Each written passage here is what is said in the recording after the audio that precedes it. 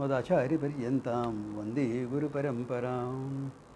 ॐ पूर्णमदः पूर्णमिदं पूर्णात् पूर्णमुदच्यते पूर्णस्य पूर्णमादाय पूर्णमेवावशिष्यते। ॐ शान्तिः शान्तिः शान्तिः. Before we go into the text, I received a very nice question from Karthik today.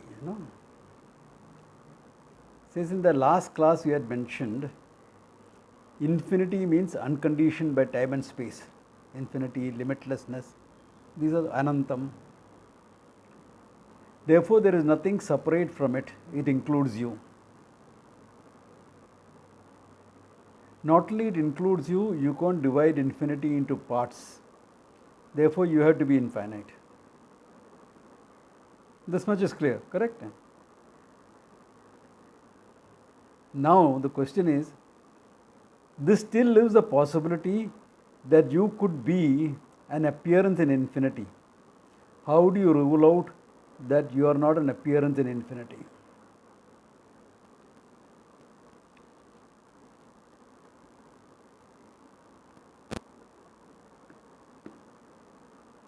Did you all get the question? No, Swamiji. What was appearance of? How do you rule out that? That you are not. You are supposed to be the infinite. Yeah. But just because infinity is limitlessness, unconditioned by time and space, and therefore it has to be you, does it rule out the possibility that you are also not an appearance? Because the whole creation is not separate from infinity, from limitless consciousness. The whole creation is not separate, correct? But we say the creation is mithya, apparent. Prove it also. Then the question is, what about the possibility that you can also be only an appearance like the Jagat? If Jagat is just an appearance, you are part of the Jagat. So if you are an appearance, Means the body and mind is only an appearance. so how do you prove that you are not an appearance? So which you is being spoken of here? There is only one you. Yes. What is the you? Swamiji, Yeah? just as behind the snake there should be a row, behind the Jagat there should be the infinite Brahman. Correct. So And behind. therefore, although I am in body, mind, intellect, I am an appearance. But within me is that infinite. How? How can you? I am saying, the Purva Paksha is saying you are also an appearance. Like if Jagat can be an appearance, you are also an appearance. How do you show you are not? Jagat can be negated. But negate, no? Negating. Huh? What is that? You negate, no? Negate what? Everything, your body, mind, everything. So Correct. Therefore you are an appearance. I cannot be negated. That is the idea. I cannot, but Abhaditam satyam. What cannot be negated is a reality. And we also said the reality is nothing but consciousness. Therefore consciousness is nothing but you. That also we have seen. Because there is no other source of jnanam other than you. When we talk about consciousness, the only available consciousness is you. There is no second consciousness. Hold on, now listen to the answer. There is no second consciousness available. Plus, as I, the consciousness, I negate everything else. I myself cannot be negated. Therefore, abhaditam satyam, that which cannot be negated is the reality. And I can't negate myself. I can negate my body, mind, etc., which is all mithya, because it's part of the Jagat. Therefore, all that is mithya. My notions of I is also mithya. Ahankara, etc., mithya. But The I, the consciousness that is available after negating everything.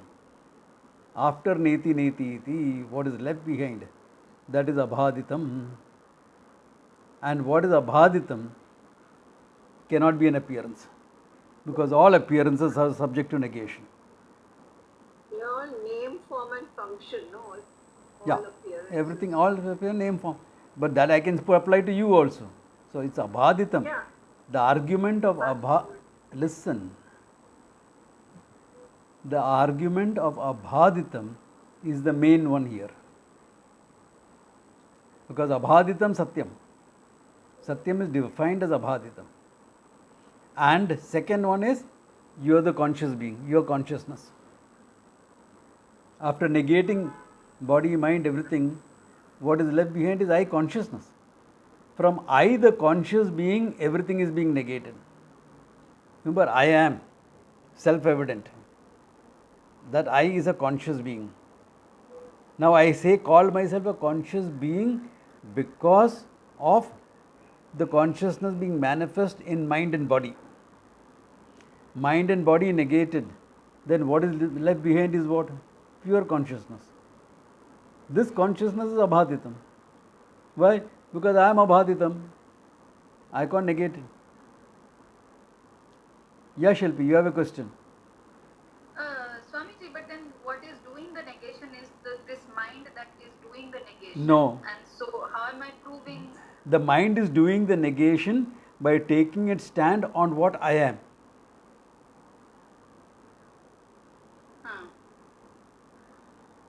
I'm still a bit confused. Yeah.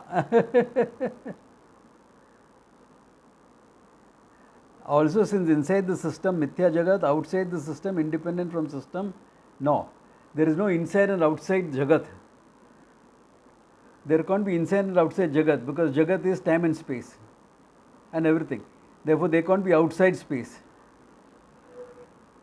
Because there can't be outside space, you can't say outside creation.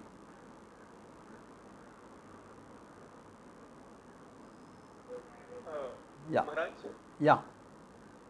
so I think this question is arising because we are using the word infinite, which actually means like we are not saying I is infinite. We are saying I is not affected by time and space.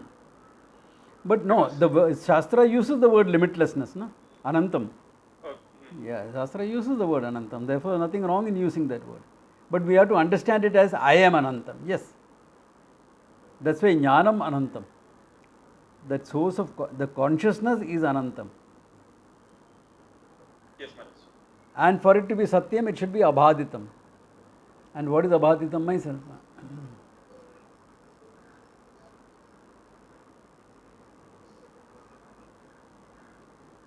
So that Abhaditam Satyam is myself. It revolves around two things. One, I cannot be negated. Two, I am consciousness. Both mean the same, but there are two standpoints of looking at it.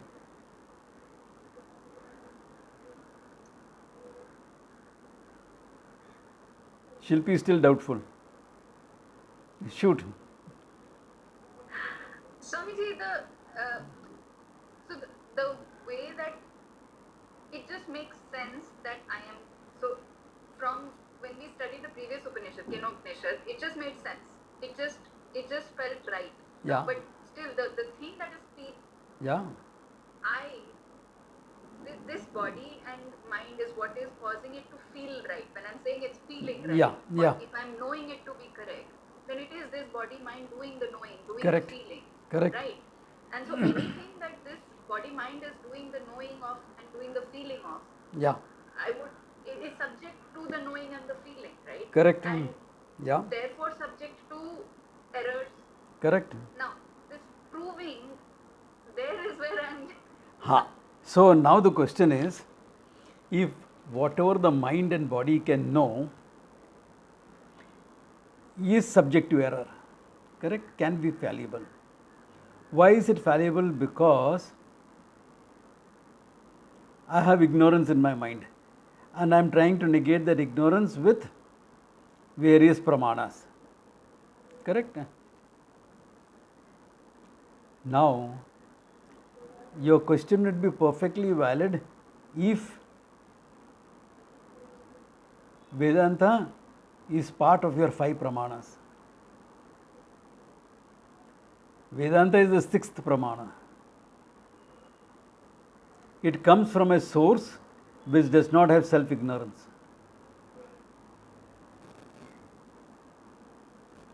Therefore, the taint of that limitation is not there as far as the 6th pramana is concerned.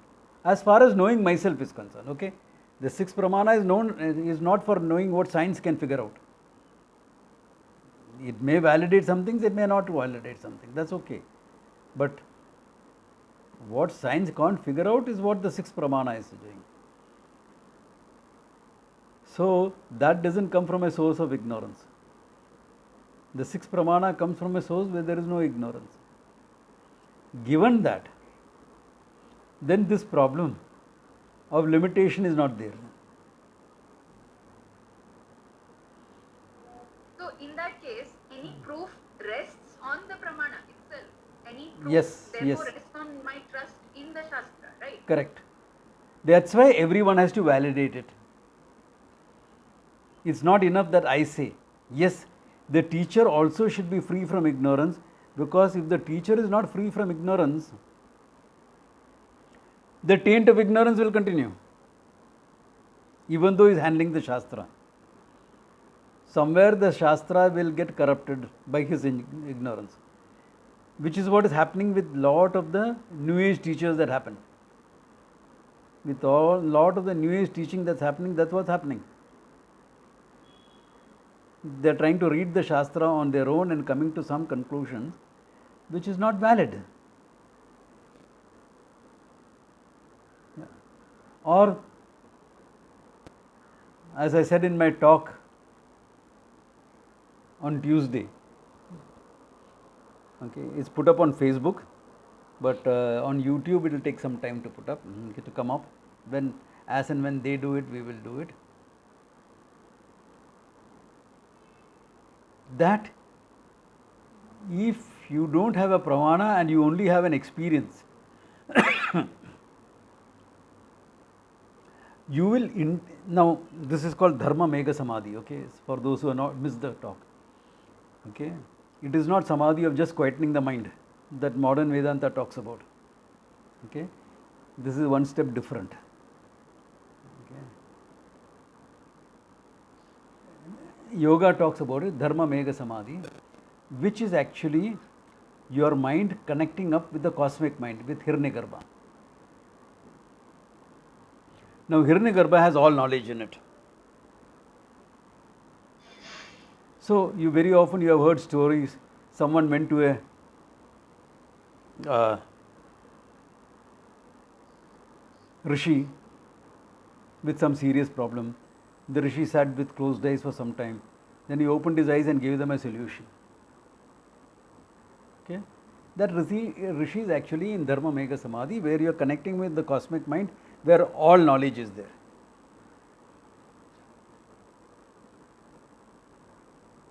But if you are ignorant about the self, all your experiences are, I am a finite being. And remember, for Dharma Mega Samadhi, just by sitting and doing japa, it won't happen. I'll quieten my mind and go into Dharma Mega Samadhi. Nahi hota hai. Okay? Nahi hota hai. Remember, you are connecting up with the cosmic mind. For that, first step is to connect up with the cosmic prana. Now, to connect up with the cosmic prana, your prana is involved. Your prana and nadis are now too weak.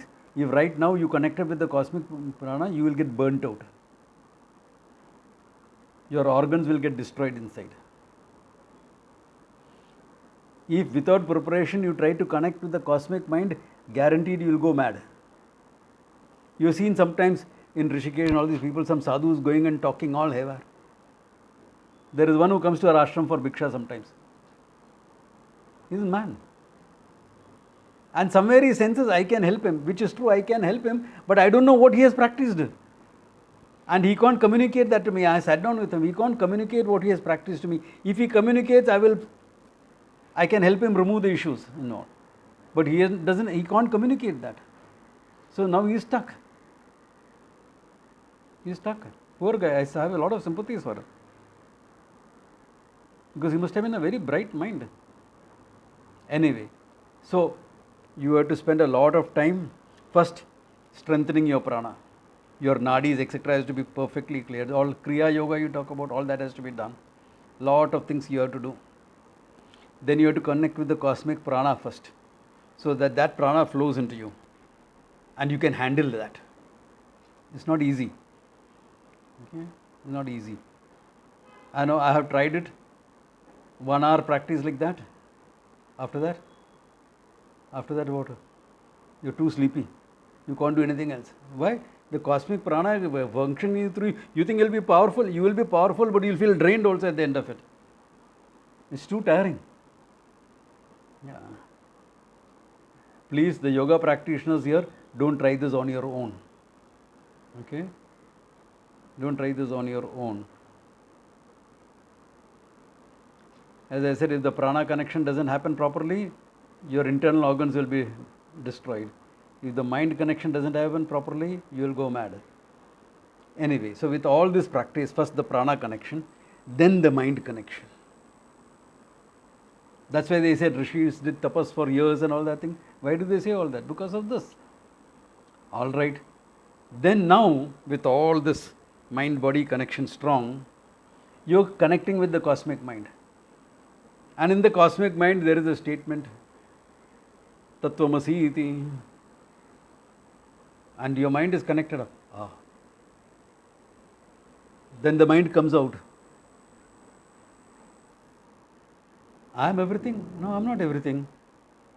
I am sitting on this mountain peak and meditating, and now that's hard rock is pressing into my butt so much that my legs have gone to sleep.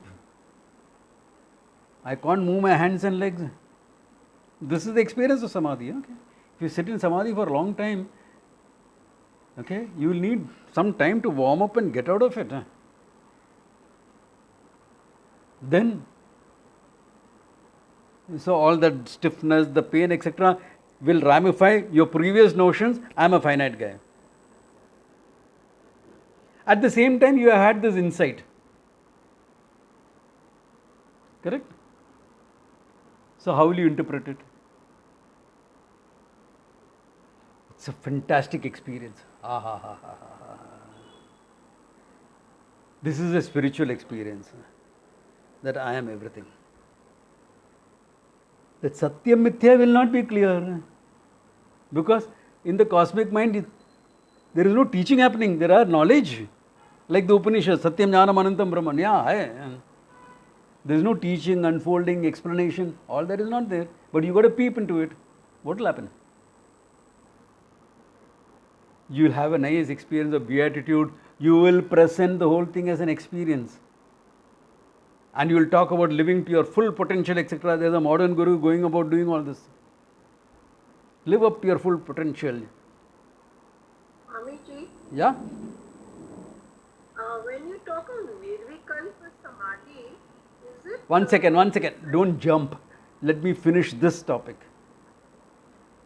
Stick to the topic.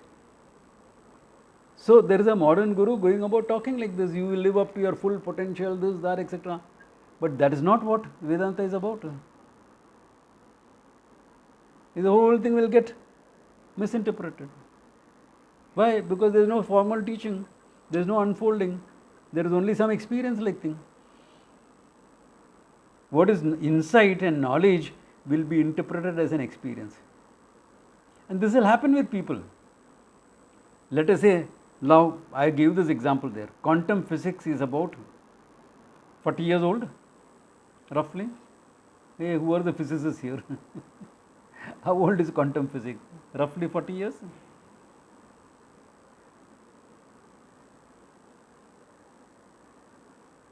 It is not 100 years old, no.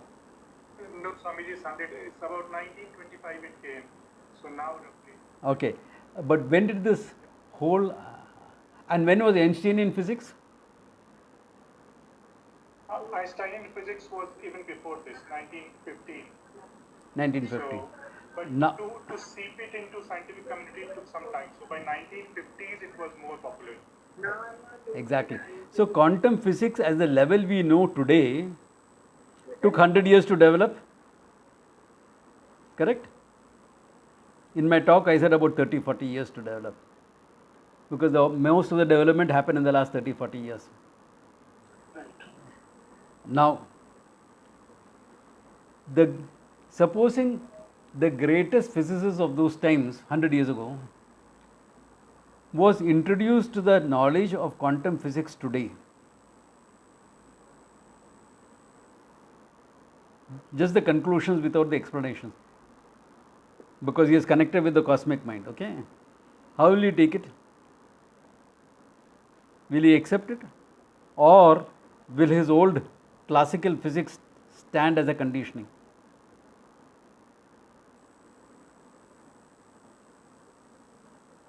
I think it will stand as a conditioning. You know why? Einstein refused to accept quantum physics. Einstein was dismissive about quantum physics. And he was the greatest brain of that time, greatest scientist of that time, and he dismissed it. Many of the conclusions was not acceptable to him. So the same thing will happen. And this we are talking about something you and I can figure out. It took some time, of course, to figure out. A couple of generations had to work on it, but it was within human intellect to figure it out. So what if you are exposed to something that is outside human intellect?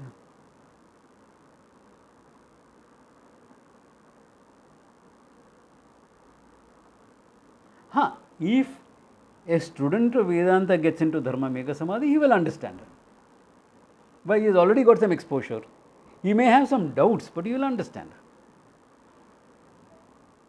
Either he will require a lot of contemplation to clear it out, clear the doubts, or he will need to talk to somebody to clear the doubts.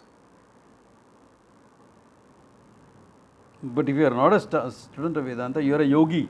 A student of Vedanta, first time you all are hearing about Dharma Megha Samadhi, isn't it, from me? पहला बोला है. Because the question came up in my talk, I mentioned it.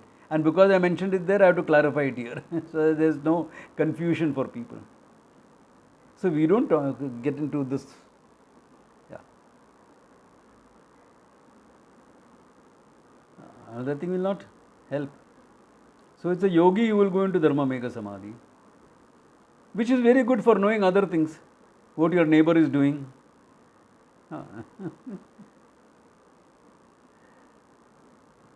Who's your future? Is there a partner for you in the future? Will you have a grandchild? Sometimes if you know you will have this person as a partner, you may say, oh my God, please don't. I don't want it. Bhag jao. Yeah.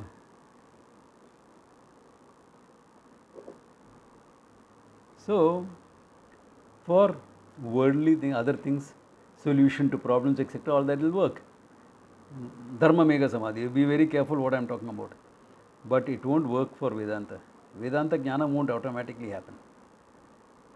Then somebody asked about Nirvikalpa Samadhi, right, Vinita? Okay.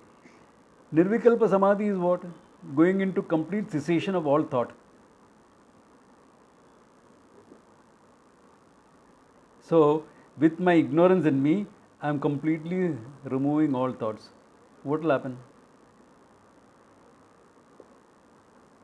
Hey, but in Samadhi I am awake. Not in deep sleep. I am awake. You are awake, but you don't have any thinking. You don't have any knowledge of the outside world or inside world. Correct? This is what Samadhi is, Nirvikalpa Samadhi. So you'll come out and do what? Thoughts will come back now. Exactly. So what will happen to you? Beautiful experience.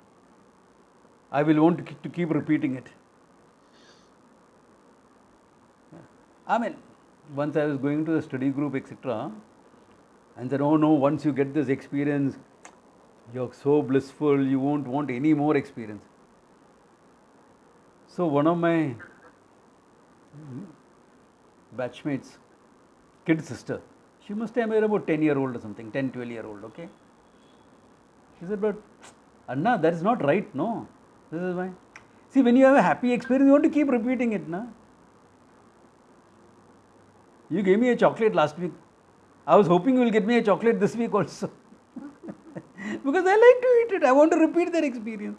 So Samadhi is also same experience, no? I said, हाँ यार, बराबर है. This kid is speaking sense. If it's an experience, you will want to repeat it. You won't say, once I got this experience, I don't want any more experience.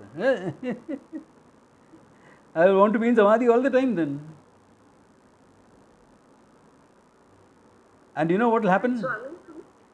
Again, if you go into Samadhi like that, lot of kashaya will come up. If you are not dealt with your psychological issues, mark my words, if by a act of will and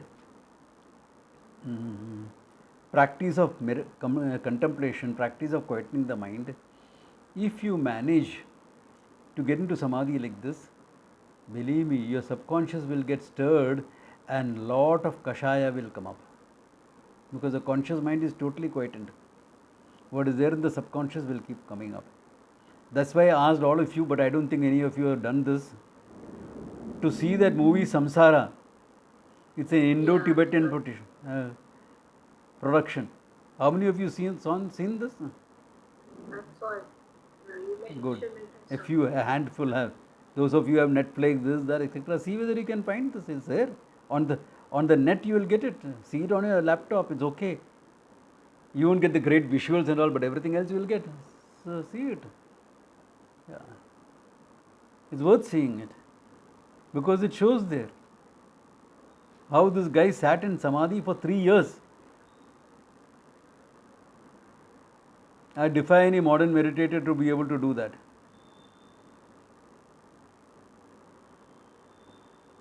The guy who has become a great guru talks about being sitting in Samadhi for some 13 hours or something like that, or 13 days, something.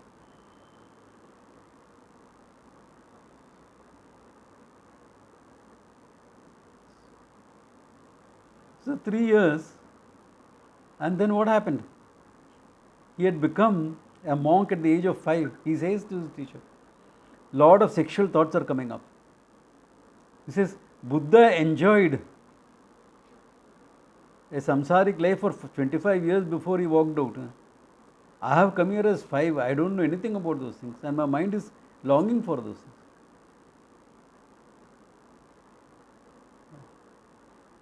So then they gave him Pratipaksha Bhavana and everything through imageries and paintings. Doesn't work. It will all work up to a point, not more than that. Up to a point it will work, but not more than that. Then the monk says, go out in the world, enjoy the world and come back. The head monk actually says that to him. Go live a normal life for some years and then come back. Right advice. Because he had not done with certain psychological issues. Therefore it had to be dealt with. Nothing right or wrong about it. What do you need to grow?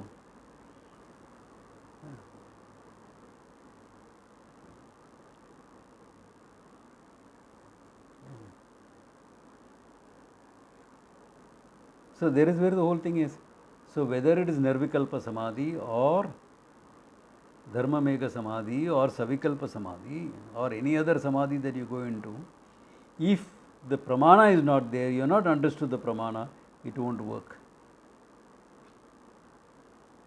That is definite. It won't work. Swamiji, Yeah? what is Sahaja Samadhi? Naturally going into Samadhi. When the mind is developed so much, it is natural, quiet mind at all times. Actually speaking, it is a Jnani Samadhi. Yatra yatra mano yati tatra tatra samadhaya. But that's not what yogis mean when they talk about Sahaja Samadhi. When yogis talk about Sahaja Samadhi, the mind is always quiet. So then it becomes a problem for him to get involved in the world. Because mind is always quiet.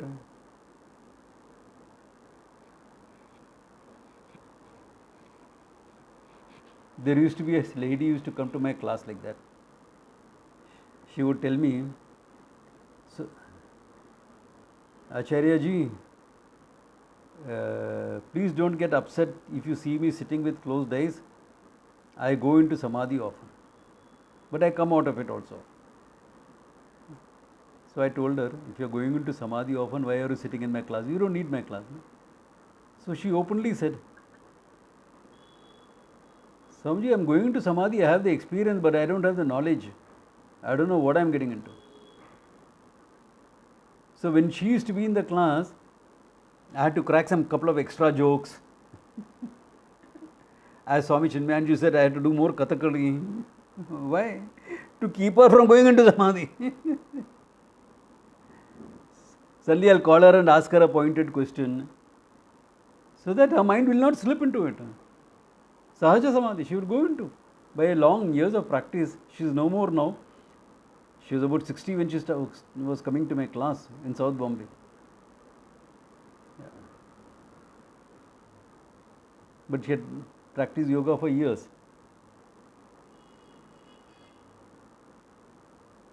उतना साल वेदांता पढ़ता तो ज्ञानी बन जाता था. Yeah, these are people I come across. So none of them will work because pramana is not there. Pramana bhavat, none of them will work. Pramana works only in your waking state, not in your dream. So don't sit in the class and daydream, okay? Keep your mind there. So Swamiji, when you say Jivan Mukta, a person who is a Jivan Mukta is a person who lives with this knowledge, who is living in freedom. Yeah, nothing to do with the samadhi. No. Siddhis, the siddhis that you get may be useful in the world. How useful in today's world, I don't know. Like for example, you can walk on water, which will be very good if you are working for Baywatch. Because then you don't have to swim, you can run across the water and save somebody who is drowning. I mean, it's useful, I am not saying no. So, some of the siddhis in the world will be useful. But we say in Vedanta, don't go after these siddhis. You know why? One thing, you have to spend years and years and years, not worth the effort. Not worth the effort. And at the end of the thing, look at it. Supposing you have, your vairagya with respect to what you have is difficult enough. With respect to your ideas, this, that, etc. Supposing you have a special talent or a skill, okay, it's more difficult to have vairagya with that talent or skill, no? Let's say you are a great actor, you can put on. You can act as a great vairagi also. But to have real vairagya towards that talent is not easy. I mean, these are normal things in the world, but they bog you down. Then imagine having special siddhis, like walking on water, this, that, etc. How much vairagya will be possible towards that? Yeah. I know a friend of mine, very good at singing, brilliant. He'll hear a raga once and he'll reproduce it. He just has to hear the raga once to reproduce it. Is that good? Okay. Then he said, no, I am not going to sing for some time until I get clear of this knowledge. I am getting too caught up in my identity as this thing. Yeah. I am not mentioning names, but some of you know him. Yeah. For years he didn't sing, because see, you can have an objectivity towards your singing without doing that also. But with him, what is happening is wherever he was going, people are asking him to sing bhajans. If 5-6 people get together, hey, please sing, please sing, please sing. So it is getting too much. Then if you have a talent like that and a singer better becomes at least semi-professional, then they won't catch you like that. Why? You have to pay you for singing. And they won't catch you at every party, every satsang, they won't catch you. Only for special occasion they'll catch you. Then it is okay. Easier to have vairagya. Yeah. Yeah. It can be with anything, okay? It can be with being a good orator. It can be with being a great martial artist. Why should I leave that out? Yeah. सब मिथ्या का बात करता है, एक झाप लगाएगा पता लगेगा क्या है. You can think like that, na? Yeah, Vedantins are generally considered harmless but useless also. That is because Vedantins forget one thing. In the Gita, it's very clearly said, Yoga Karmasu Kaushalam. There needs to be a certain sense of personal competency. Apart from your ethics, that yes, first and foremost, you have to think of ethics there, the ethical thing. But over and above the ethical thing, you need personal competency. Okay?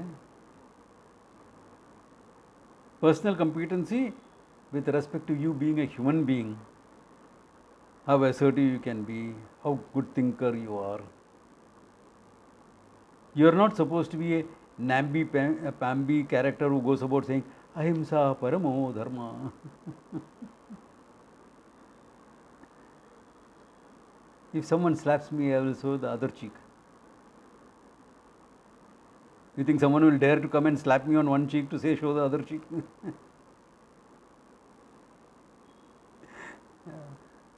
One look and they'll keep apart away. Yeah.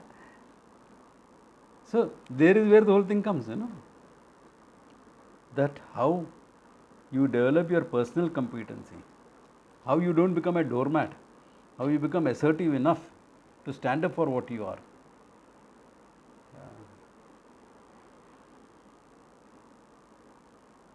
Someone said very nicely, one of the Mandaleshwas there. Okay. If you want to see that the dharma survives and things like that, teach. For the future, it will teach. If you want to see that dharma survives today, be ready to pick up arms if necessary.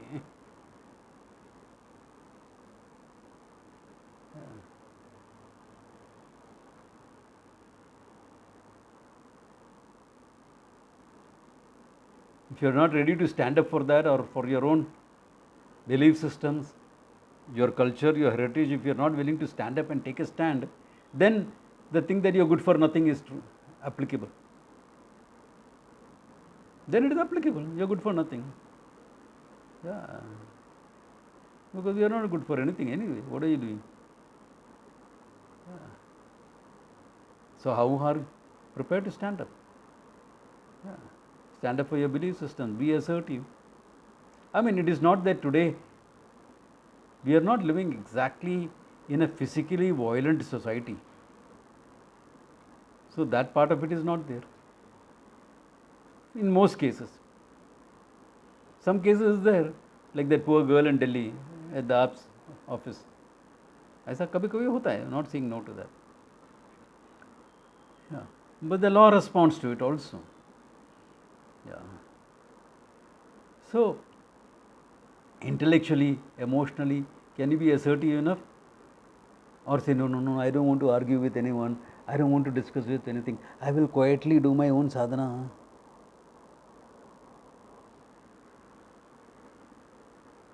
Decide what you want to be. Up to you all. Each one decides.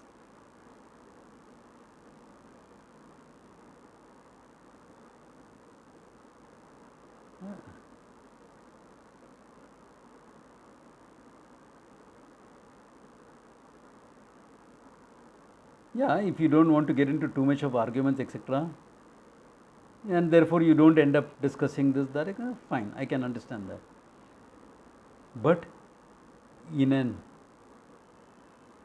like at a party, someone makes some statement, etc., you leave it, let it go. It is the spirit that is inside him that is talking. I mean the literal spirit, okay? But in a hall of discussion or a conference or something, to leave it unchallenged, no, that's not appropriate. Yeah. Stand up for what you are saying. No, that's not true. This is what I think is true. That much at least you can say. If you don't do that, you people will take you as namby-pamby, useless characters. And it is true. It is true.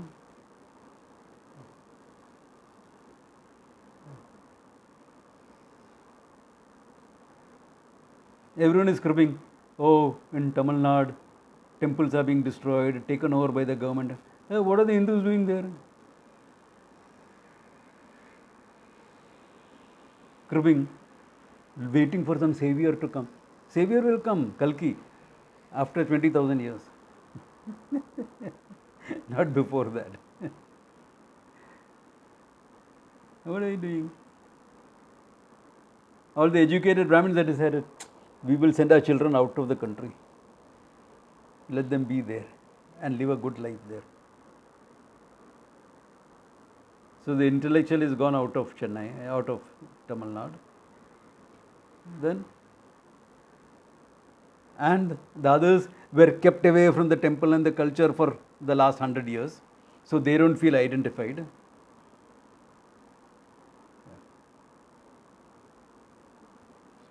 Yeah, they don't feel identified because they were kept away. Then whom do you have left? Like when the Kanchi Acharya was arrested on a false case and put behind the jail, who protested? The Brahminical community in Bombay were afraid to protest. What could Jayalalitha do for people in Bombay? Nothing, but they were afraid to protest. Then if they say you are good for nothing and a coward, accept it. If it pains you, very good, it is meant to pain you. You deserve that title.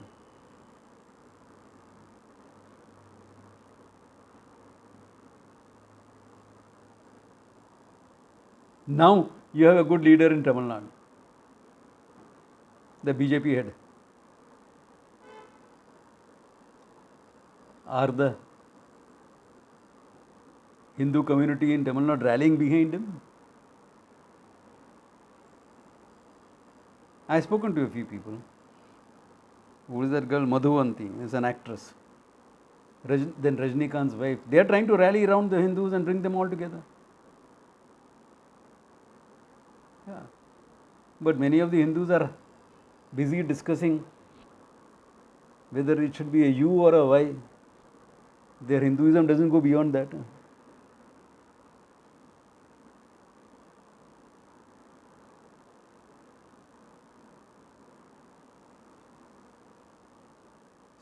Whether non-Brahmins can chant the Gayatri or not, they're still discussing that only. How do I know? I met a couple who sat for a few months in my class last week from Chennai. They're still discussing that only. अभी क्या बोलेगा इन लोगों को? Good for nothing, useless characters. If the cap fits, wear it. If you don't like it, be different. If you don't stand up for your culture and civilization now, you'll never get a chance to stand up for it again.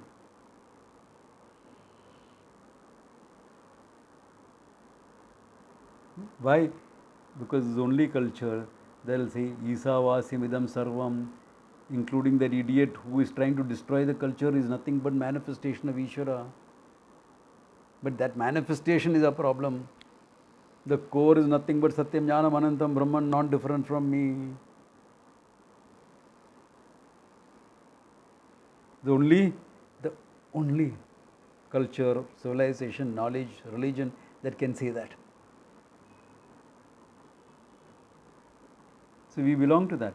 Are we proud of it? Can we stand up for it or say, no, be namby-pamby about it?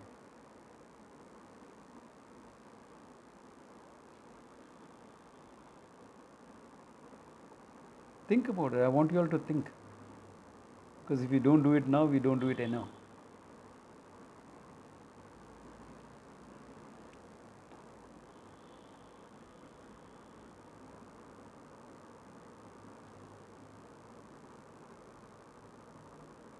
You know, this problem also came up because the northern states felt the brunt of the Islamic invasions. Southern states not so much, except some Tipu Sultan and the Bahami kingdoms. Barring that, didn't feel much of it. Therefore, that warrior spirit and fighting, I lost it.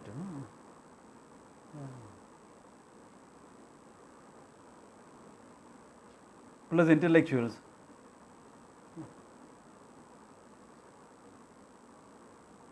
So, educated. In which one? You forgot your traditional education and got educated in the so-called secular education, which was meant to make clerks of the empire. So the whole thinking become clerical thinking. How to get my job done and get my money and my bonus and my ho gaya kaam.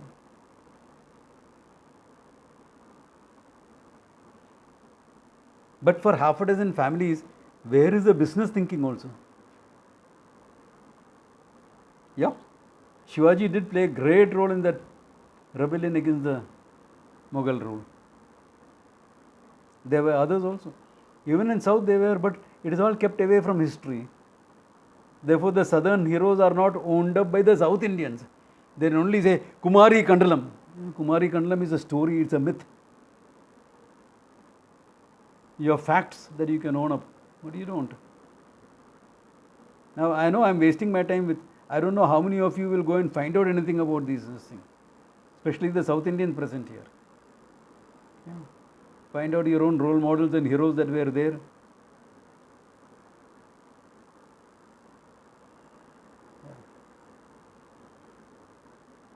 Sometimes it's a waste of time talking to the South Indians in that.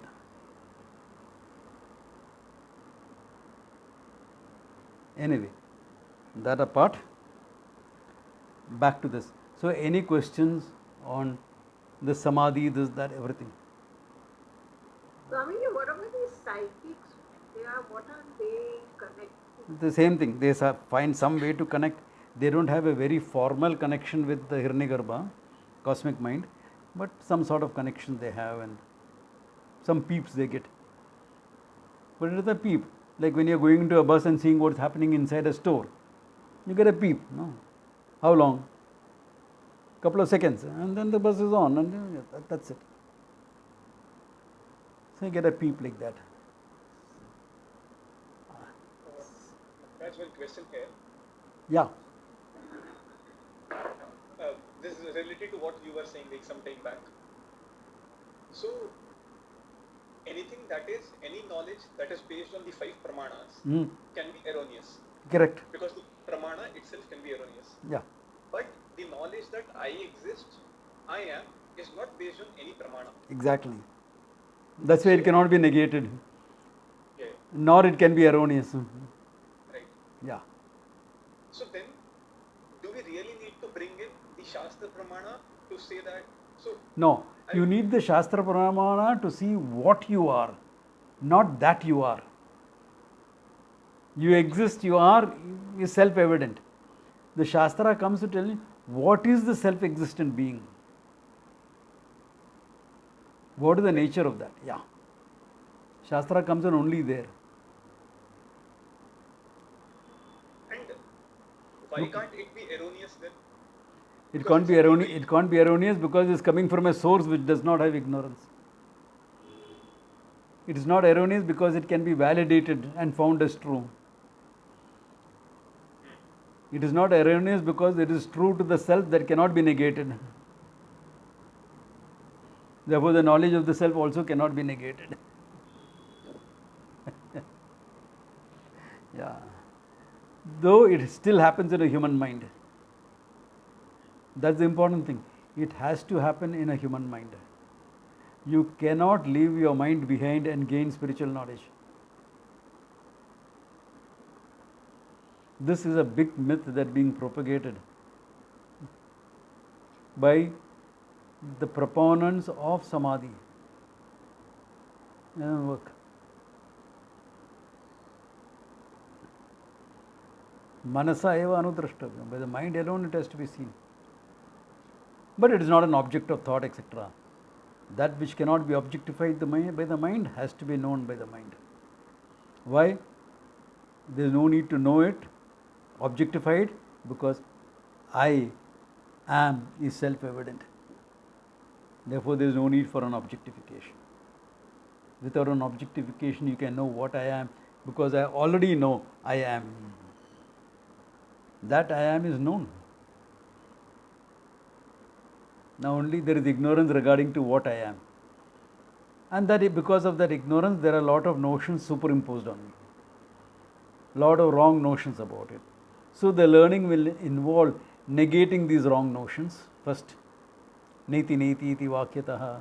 I am not the body, mind, etc. All that negation. All these notions were superimposed on me, adhyastam on me. That understanding has to come and therefore negated. And then what I am has to be revealed. That's exactly what the Shastra does. In fact, the next verse that we are going to do is all about the revealing the self. The whole thing is about revealing what I am. Of course, in the language that is 10,000 years old, therefore it may require some explanations. See, another problem of understanding the Shastra Pramana is the language. Remember, language keeps changing. Imagine all of you trying to read Shakespeare original, not modified versions, the original. Many of you will be lost in it. I know when I first started studying, I was really studying, I loved literature, English literature also. And when I read some of it, I was struggling with it. I know English, but this is 500-year-old English. Now, a few 100-year-old English you are struggling. Imagine a few thousand years old. Few thousand years old English didn't exist anyway. That's some dialects. The Sanskrit is of the Veda. Naturally, the language is different. The grammatical system is different. So naturally, there is some sort of struggle in understanding that language, which is fine. Therefore, some commentary, etc., to explain that is necessary. A teacher will explain that is necessary, who has understood it, validated it, is necessary. Therefore, the whole picture comes in. The whole system of teaching, everything comes into the picture. But basically is what? Negating what you are not, revealing what you are. That's all.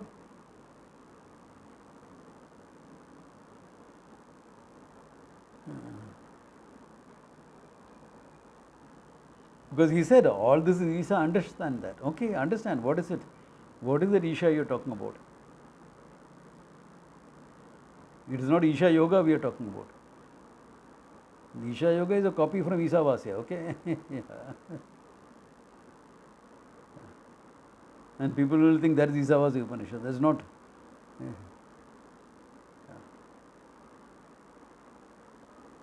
So, that whole unfoldment, that is a process that happens. And it's simple. It's not complicated. It looks complicated in the beginning, but once you understand, hey, this is it, that's all that is there to it. And believe me, Isavasya is complicated Upanishad. That's why I am spending time on it. Okay? Yeah. Next verse is not that complicated. Yeah. Yeah. Yeah, yeah. Up to 8th verse is straight teaching. After that, some preparatory work come in, which you will get confused about if you try to read it on your. So don't even try to read it before I explain it. Okay? Yeah. Because then you'll already form notions, And then I'll have to negate those notions that you have formed in your mind, which I know nothing about because of your mind. And I'm not going to go into Dharma, make a samadhi to know what is going in your mind. I don't want that nonsense. I have enough nonsense in my mind. I don't want the nonsense of your mind also. इधर बहुत भूसा भरा हुआ है, you know.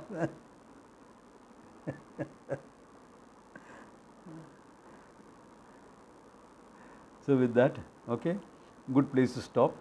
I know we didn't go into hours this time, but some of these clarifications were necessary before we go ahead. Okay, good place to stop. Om Tat Sat.